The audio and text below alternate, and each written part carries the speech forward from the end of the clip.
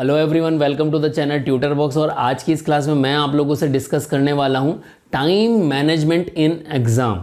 तो आप किस तरह से अपना टाइम मैनेजमेंट करेंगे एग्ज़ाम में, ये सबसे इम्पॉर्टेंट पॉइंट है। क्योंकि क्या होता है, जनरली जब भी आप कॉम्पिटिटिव एग्ज़ाम होता है, आप एग्ज़ाम देने जाते हैं और आपके कुछ क्वेश्चन छूट जाते हैं। बहुत से बच्चों को ऐसा लगता है कि मेरे सारे क्वेश्चन, मैं तो सारे क्वेश्चन पढ़ ही नहीं पाया और मेरे तो कुछ क्वेश्चन रह गए। बाद में उसे जब बाहर आता है तो उसे पता लगता है कि ये भी क्वेश्चन आया था, अरे ये तो मुझे आता था और ये तो मैं कर देता।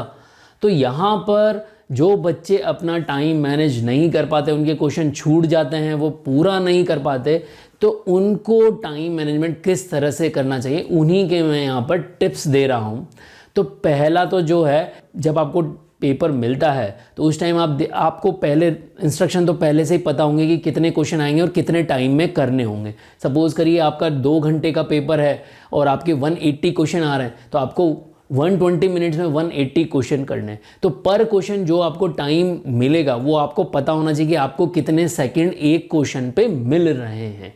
क्लियर? ये आप जब एग्ज़ाम देने जा रहे हैं उससे पहले, जब आप एग्ज़ाम की तैयारी करें, तभी आप लोगों को पता होना चाहिए कि मुझे पर क्वेश्चन जो है कितने सेकंड करने को मिल रहे हैं। तो जब आप पहले पूरा पेपर कर रहे हैं, तो जब आप पहले पूरा पेपर पढ़े, उनमें से जो जो भी क्वेश्चन आपको आ रहे हैं उन क्वेश्चन को आप पहले टिक कर लें, और जो क्वेश्चन नहीं आ रहे हैं उन पे ज़्यादा स्ट्रेस ना दें, उनको छोड़ दें। तो सबसे पहला तो ये कि जब आप एक पहले पूरा राउंड लेंगे पेपर का, तो आप लोगों को जो ईजीएस्ट क्वेश्चन है, जो आपको फर्स्ट अटेम्प्ट में ही आपसे सॉल्व हो गए, तो आप उनको कर दें और साथ ही साथ उनको OMR शीट में भी फिल कर दें। अगर आपको OMR शीट मिली है और अगर आपको कंप्यूटर में ही फिल करना है, तो ऑनलाइन अगर फिल करना है तो उस तरह से साथ के साथ फिल करते हुए चले। तो यहाँ पर जो क्वेश्चन आपको आ रहे हैं वो तो आपके हो ही जाएंगे। दूसरा क्या होता है, सेकेंड जो है वो बहुत सारे लॉन्ग क्वेश्चन होते हैं। जब लॉन्ग क्वेश्चन करने में क्या होता है, एक क्वेश्चन के साथ 2-3 क्वेश्चन जुड़े हुए हैं। तो अब यहाँ पर आपको क्या लगता है कि उसमें अगर आपका टाइम किल हो रहा है और आपको लग रहा है कि आप नहीं कर पाओगे, आप उसमें अपना टाइम वेस्ट किए जा रहे हो, तो यहाँ पर जो भी लॉन्ग क्वेश्चन है तो उनको आप स्किप कर दीजिए, मतलब उनको छोड़ दीजिए, उनको बाद के लिए छोड़ दीजिए कि जब बाद में टाइम मिलेगा तो मैं उसको कोशिश करूँगा। तो लॉन्ग क्वेश्चन में ज़्यादा उलझिए मत, उसमें ज़्यादा टाइम वेस्ट मत करिए। तीसरा सबसे इम्पॉर्टेंट जो तरीका है वो क्या है, एग्ज़ाम में अपनी स्पीड बढ़ाने का। आपको एग्ज़ाम में स्पीड कब बढ़ेगी?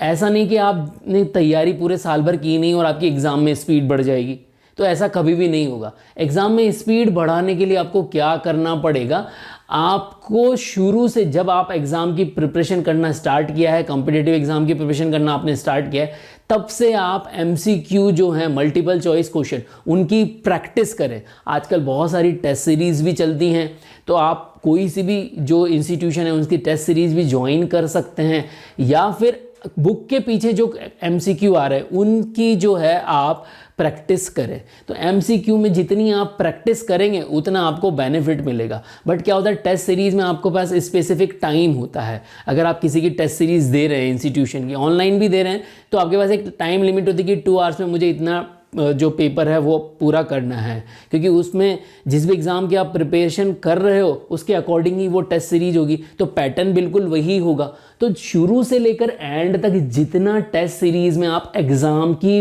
प्रैक्टिस करेंगे, तो उससे आप लोगों को अपनी स्पीड का पता लगेगा। तो इसके बहुत फ़ायदे होंगे। आपको पता लगेगा कि किस तरह के क्वेश्चन में आपको टाइम ज़्यादा लग रहा है, किस तरह के क्वेश्चन में आपको टाइम कम लग रहा है। क्योंकि आजकल जो भी test series, online test series आ रही हैं, वो जो ऐप बेस्ड हैं, उनके अंदर आपके स्पीड का एनालिसिस होता है कि किस तरह के क्वेश्चन में आप ज़्यादा टाइम लगा रहे हैं, किस तरह के क्वेश्चन में आप कम टाइम लगा रहे हैं। तो आपको अपनी स्पीड का पता लग जाएगा। तो आप धीरे धीरे शुरू से लेकर एंड तक, जब तक आपकी प्रिपरेशन चल रही है, तो वहाँ पर सब्जेक्ट वाइज टेस्ट भी होते हैं, ग्रांड टेस्ट भी होते हैं, मेजर टेस्ट भी होते हैं। तो उन सभी टेस्ट में जब आप ग्रांड टेस्ट, मेजर टेस्ट दे रहे हैं, तो आपने जब सब्जेक्ट वाइज टेस्ट दिए हैं, उसके बाद आपको लगेगा कि उसके बाद ग्रांड टेस्ट दे रहे हैं, तो आपकी स्पीड में कितना अंतर आया, तो आप अपना इम्प्रूवमेंट देख सकते हैं। तो सबसे बढ़िया तरीका तो यही है कि आप रेगुलर MCQ की प्रैक्टिस करें या टेस्ट सीरीज़ की प्रैक्टिस करें, ताकि आप लोगों का टाइम का मैनेजमेंट हो सके। क्योंकि आप एग्ज़ाम के एनवायरनमेंट से बहुत बार गुजरेंगे अगर आपने टेस्ट सीरीज़ में प्रैक्टिस करी है तो, और उससे आपको डेफिनेटली बहुत बहुत बहुत बेनिफिट होगा। तो ये 3 तरीके मैंने आप लोगों को बताया है कि आप टेस्ट सीरीज़ की प्रैक्टिस करें, एमसीक्यू की प्रैक्टिस करें, लॉन्ग जो क्वेश्चंस हैं उनको छोड़ दें और बाद में टाइम मिले तो करें। और जो तीसरी मैंने बात बताई कि जो सबसे पहले जो क्वेश्चन आ रहे हैं उनको फटाफट से कर लें और उन पे आंसर भी साथ के साथ टिक कर लें। तो इन तीनों चीज़ों से आप अपना टाइम मैनेज कर लेंगे और अपना आंसर शीट जो है पूरी फिल कर देंगे।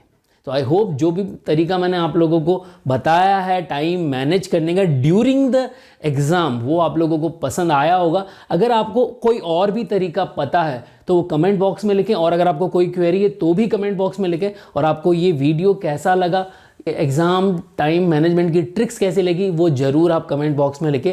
वीडियो को लाइक और शेयर ज़रूर करें और अपने फ्रेंड्स के साथ शेयर करें। जय भारत, जय हिंद।